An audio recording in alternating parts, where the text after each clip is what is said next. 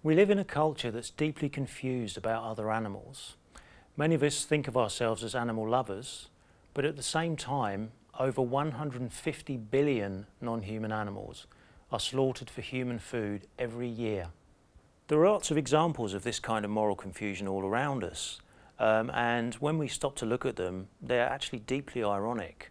One recent example was a KFC advert where we have a pair of friends expressing their love for animals at the same time as being rewarded with bits of chicken. When you stop to think about it, this is actually pretty weird.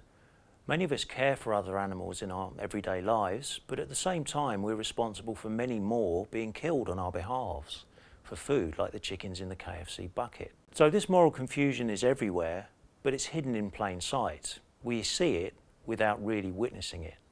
So a logical consequence to understanding this ethical double standard is to go vegan.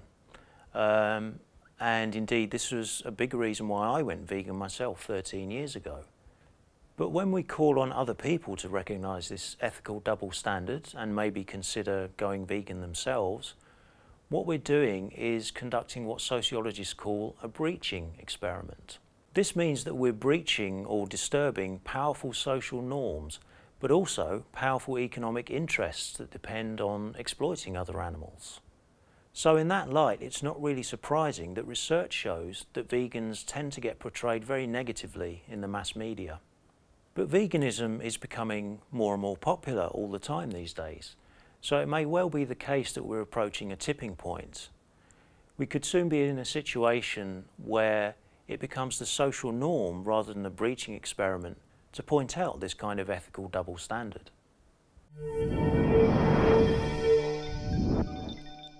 Get more from the Open University.